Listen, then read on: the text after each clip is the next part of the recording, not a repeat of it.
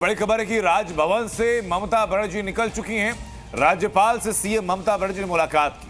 RG कर अस्पताल की घटना पर उन्होंने कहा कि घटना से हम दुखी हैं। हम राजनीति कर रहे हैं, वाम और राम राजनीति कर रहे हैं। कुछ दल अशांति फैला रहे हैं, ये कह रहे हैं पश्चिम बंगाल के सीएम ममता बनर्जी, जिन्होंने राज्यपाल से मुलाकात की और अब राज्यपाल से मुलाकात करने के बाद राजभवन से बाहर निकली हैं। पश्चिम बंगाल में हो रहे घटनाओं को लेकर के सीधा मुख्यमंत्री से सवाल पूछा जा रहा है और पूछा जा रहा है कि क्या वहां की पुलिस एक कठपुतली की तरह बिहेव कर रही है। কোশ্চেনটাও দেখাবেন, তার কারণ আমি কিন্তু নিজে থেকে কিছু রেজ করিনি। আপনারা আমাকে জিজ্ঞেস করছেন, আমি তার উত্তর দিচ্ছি। আমি যতটুকু ইনফরমেশন পেয়েছি, আমি ছাত্রছাত্রীদের কোনো দোষ দিচ্ছি না। বহিরাগত কিছু রাজনৈতিক লোক যারা বাংলায় অশান্তি করতে চান, বাম এবং রাম, তারা একত্রিত হয়ে এই গন্ডগোলটা করেছে। আমার সবচেয়ে খারাপ লাগছে কি জানেন, ঘটনাটা তো দুঃখজনক। আমরা বারবার বলেছি ওর ফাঁসি চাই, আমি তো কালকেও মিছিল করব ফাঁসির দাবিতে। তদন্ত তাড়াতাড়ি হোক। আমরা তো রবিবারের মধ্যে শেষ করব। तो लेडी डॉक्टर के साथ रेप और मर्डर मामले में कल भी एक बड़ी तस्वीर सामने आई, जब वारदात वाली जगह के करीब रेनोवेशन के नाम पर दीवार गिराने की तस्वीरें आई। न्यूज सेमिनार हॉल की दीवार जहां लेडी डॉक्टर के साथ दरंगी हुई थी वो दिखाऊंगा आपको। और अब जिस तरह से अस्पताल के अंदर सीसीटीवी कैमरास को तोड़ा गया, सर्वर रूम को तबाह किया गया, उसने साफ कर दिया कि इस मामले में सबूतों को खत्म करने की बड़ी साजिश की जा रही है। बोलून बोलून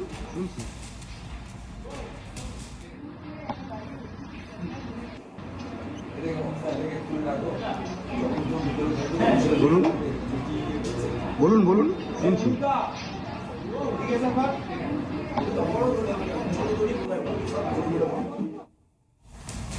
तो सबूतों से छेड़छाड़ उपद्रवियों को रोकने में नाकाम रही ममता सरकार और कोलकाता पुलिस पर और भी कई गंभीर आरोप हैं। उन पर आरोप लग रहे हैं कि कोलकाता पुलिस पर जांच में लीपापोती की गई है। तो वहीं ममता सरकार पर केस की जांच सीबीआई को सौंपने में देरी करने का इल्जाम है। पुलिस ने जांच की शुरुआत में बता दिया कि मामला सुसाइड का है, लेकिन मामले का खुलासा होने पर ममता सरकार की कार्रवाई में हाईकोर्ट को दखल देना पड़ा और कोर्ट ने जांच सीबीआई को सौंपी है। तो पुलिस पर पीड़ित परिवार को परेशान करने का आरोप लगा तो ममता सरकार को आरजी कर मेडिकल कॉलेज के प्रिंसिपल का हिमायती बताया गया। पुलिस पर आरोप लगा कि इतनी बड़ी वारदात में पीड़ित परिवार को 3 घंटे तक बैठाए रखा, उनकी बेटी के शव तक नहीं ले जा पाए। तो कॉलेज प्रिंसिपल के इस्तीफे के बाद भी ममता सरकार ने प्रिंसिपल को हटाया नहीं, बल्कि उसका ट्रांसफर नेशनल मेडिकल कॉलेज में कर दिया गया। क्यों कर दिया गया? ये कौन सी कृपा बरसाई जा रही थी?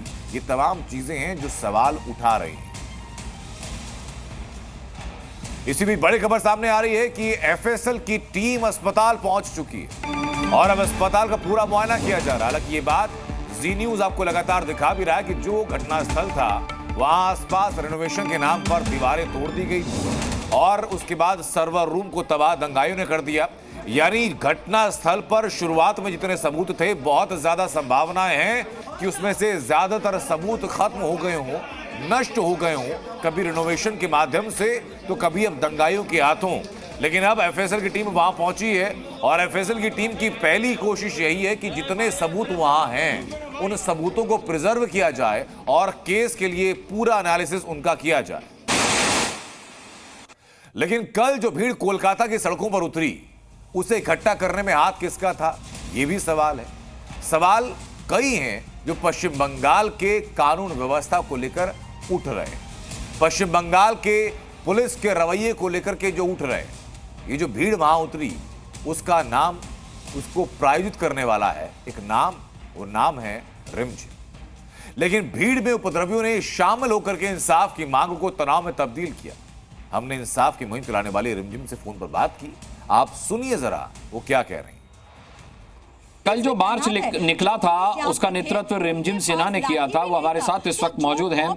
रिमझिम, आपसे जानना चाहेंगे कि जिस तरीके से पियाली बता रही है कि कल वहां रैलीज निकलनी थी, प्रोटेस्ट हो रहे हैं, लोग न्याय की मांग कर रहे हैं, ऐसे में वहां पर कोई भी उपद्रवी तत्व दाखिल हो सकते थे जैसा कि हुए, क्या कहना है आपका इस पूरी घटना पर?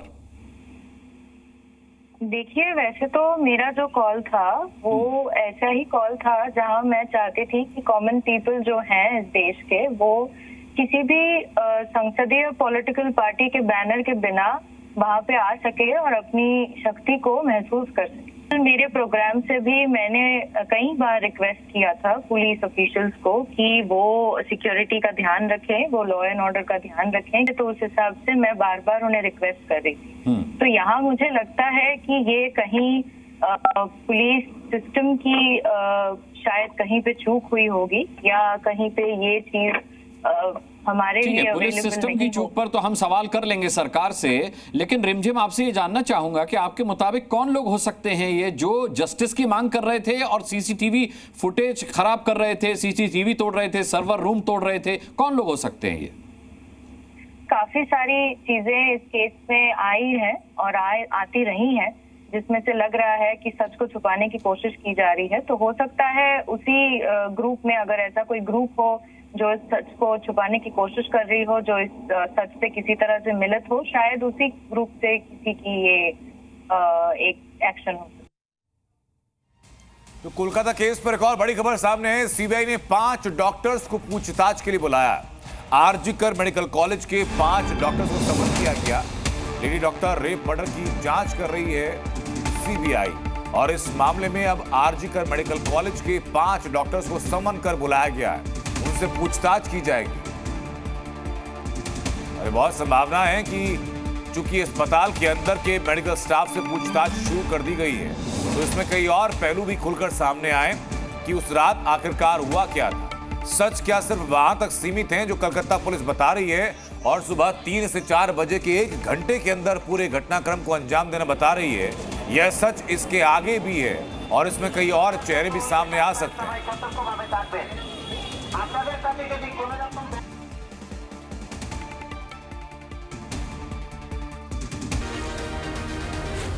Z News.